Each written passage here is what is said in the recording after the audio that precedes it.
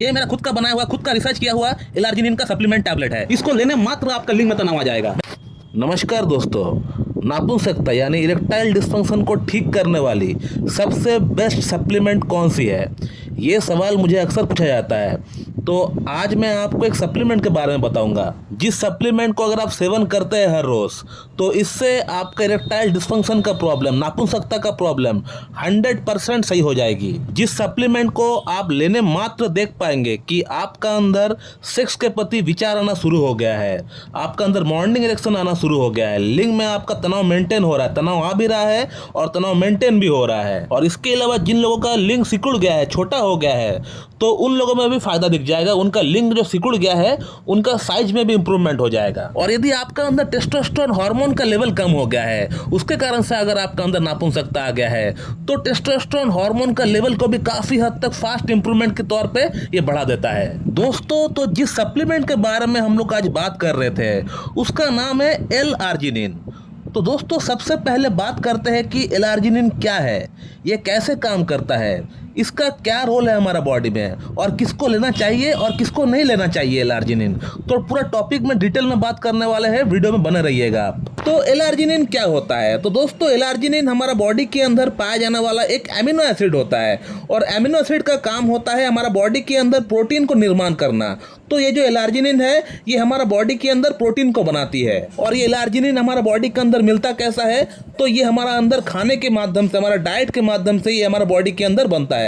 लेकिन प्रॉब्लम तब होता है जब हमारा खाने का माध्यम सही से खाने के बावजूद भी एल-आर्जिनिन हमारा बॉडी पर्याप्त मात्रा में नहीं बना पाती है, तब असल में प्रॉब्लम शुरू होता है। एल-आर्जिनिन का डिफिशियंसी तब स्टार्ट होता है। अब एल-आर्जिनिन अगर किसी का बॉडी के अंदर कम हो जाती है, तो उसको क्या प्रॉब्लम फेस करना पड़ता है, उस पर हम लोग बाद में आते हैं। पहले हम लोग ये जान लेते हैं कि एल-आर्जिनिन का असल में काम क्या होता है, इसका रोल क्या होता है। तो एल-आर्जिनिन हमारा बॉडी के अंदर नाइट्रिक ऑक्साइड नामक एक कंपोनेंट है, उसको बढ़ा देती है, जिसका बढ़ने का कारण से हमारा बॉडी के अंदर ब्लड सप्लाई बहुत फास्ट तरीके से होने लगता है। खास तौर पे हमारा प्राइवेट पार्ट की नसों के अंदर ब्लड सप्लाई को ये बढ़ा देती है। हमारा नसों के अंदर जो डायमीटर है वो बढ़ जाता है, जिसके कारण से हमारा प्राइवेट पार्ट के अंदर ज़्यादा मात्रा में ब्लड सप्लाई होता है, और एज अ रिजल्ट आपको लिंग में अच्छा खासा कड़कपन देखने को मिलता है। और जिन लोगों के अंदर लिंग का साइज सिकुड़ गया है, चाहे कारण कुछ भी हो, चाहे पेशेंट ने बहुत ज़्यादा हस्तमैथुन कर रखा है, या पेशेंट का अंदर ब्लड सप्लाई कमी हो रहा है लिंग के अंदर, या हो सकता है पेशेंट को लो टेस्टोस्टेरोन की प्रॉब्लम है, तो इस सप्लीमेंट को लेने से आपका लिंग का अंदर जो साइज सिकुड़ गया है, उसमें भी आपको इंप्रूवमेंट आपको दिख जाएगा। इसके अलावा दोस्तों, एल-आर्जिनिन का अच्छा असर हमारा ब्रेन पर भी होता है, हमारा हार्ट पर भी होता है, हमारा लंग्स पर भी होता है, हमारा बॉडी की जो वाइटल फोर्स है उस पर भी होता है, हमारा बॉडी की मसल में भी होता है। इसके अलावा ये हमारा बॉडी के अंदर हार्मोन्स को अच्छी तरह रेगुलेट करती है, क्योंकि हार्मोन्स ही है जो कि हमारा बॉडी को चलाती है। तो हार्मोन्स अगर बढ़ जाए या हार्मोन्स अगर कम हो जाए अपना नॉर्मल लेवल से, तो उसको ये संतुलित करती है। इसके अलावा बुढ़ापे की कई सारे रोगों के अंदर इस सप्लीमेंट का इस्तेमाल किया जाता है, बहुत ही अच्छी तरह काम करती है दोस्तों। ये एक तरह से कह सकते हैं कि ये जो सप्लीमेंट है, ये हमारा बॉडी के अंदर एक वरदान है। दोस्तों, अब बात करते हैं कि एल-आर्जिनिन का जो सप्लीमेंट है, ये हमारा बॉडी के अंदर कम क्यों हो जाता है। दोस्तों, इसका पीछे कुछ कारण है। बेसिकली जो कारण है, जो देखा गया है, वो ये है कि डायबिटीज एक बहुत बड़ा फैक्टर है, हाई ब्लड प्रेशर एक बहुत बड़ा फैक्टर है, हाई कोलेस्ट्रॉल एक बहुत बड़ा फैक्टर है, हाई थायराइड एक बहुत बड़ा फैक्टर है, हर तरह का लिवर डिजीज एक बहुत बड़ा फैक्टर है। इसके अलावा ओबेसिटी, मोटापा, स्ट्रेस, डिप्रेशन एक बहुत बड़ा फैक्टर प्ले करती है इसका लेवल कम हो जाने के पीछे। इसके अलावा जो लोग शराब बहुत ज़्यादा पीते हैं या सिगरेट बहुत ज़्यादा पीते हैं, उन लोगों के अंदर देखा गया है कि एल-आर्जिनिन की मात्रा धीरे धीरे कम हो जाती है।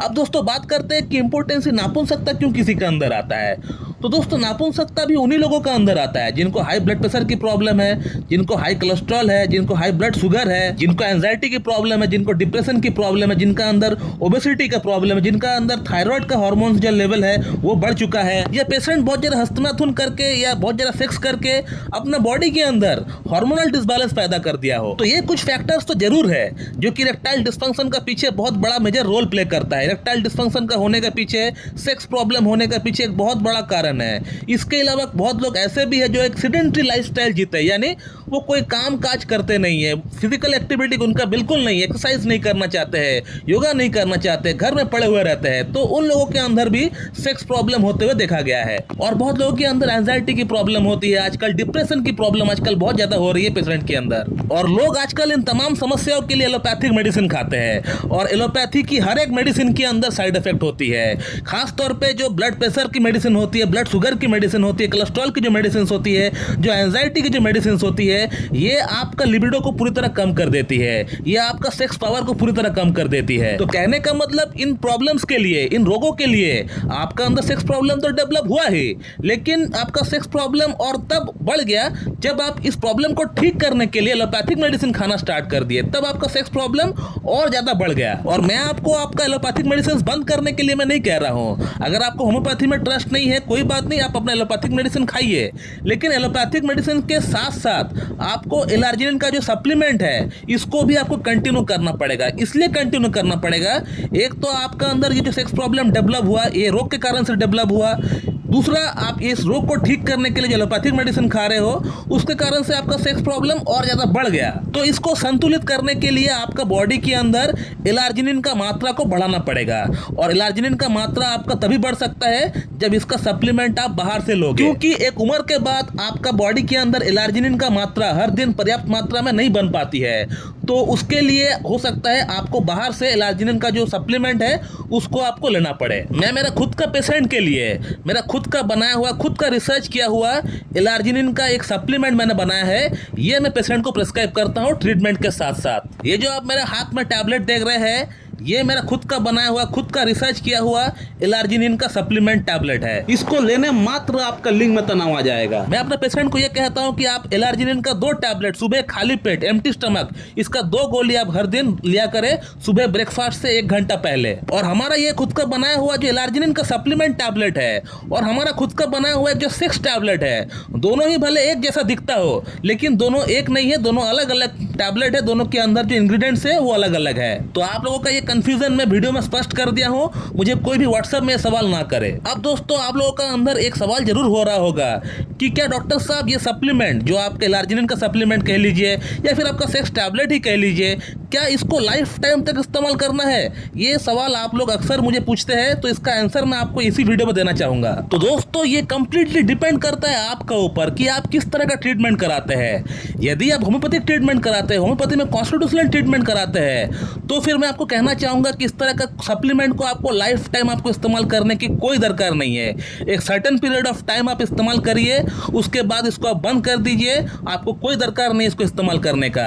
उसके बाद आप देख पाएंगे कि आपका जो कॉन्स्टिट्यूशनल ट्रीटमेंट है, उसी से आपका सभी इंप्रूवमेंट आपको हो रहा है। लेकिन हाँ, आपको अपना लाइफस्टाइल में आपको बदलाव जरूर लाना पड़ेगा, आपको एक्सरसाइज करना पड़ेगा, आपको डाइट में, आपको खान पीन में आपको बदलाव लेके आना पड़ेगा। और यदि आपको होम्योपैथी में भरोसा नहीं है, ट्रस्ट नहीं है, आप एलोपैथी में ट्रस्ट करते हैं, एलोपैथिक मेडिसिन ही खाना चाहते हैं, तो आप बेशक खाइए, लेकिन एलोपैथिक मेडिसिन अगर आप खाते हैं तो फिर उस केस में आपको एलार्जिनिन का जो सप्लीमेंट है, इसको आपको लाइफ टाइम खाना पड़ेगा। क्योंकि एलोपैथी में इतना ताकत नहीं है कि पेशेंट का जो सिस्टम है, जो फंक्शनल बॉडी है, पेशेंट का प्रॉब्लम का जो रूट कॉज है, उस पर जाके हिट करके प्रॉब्लम ठीक कर सके।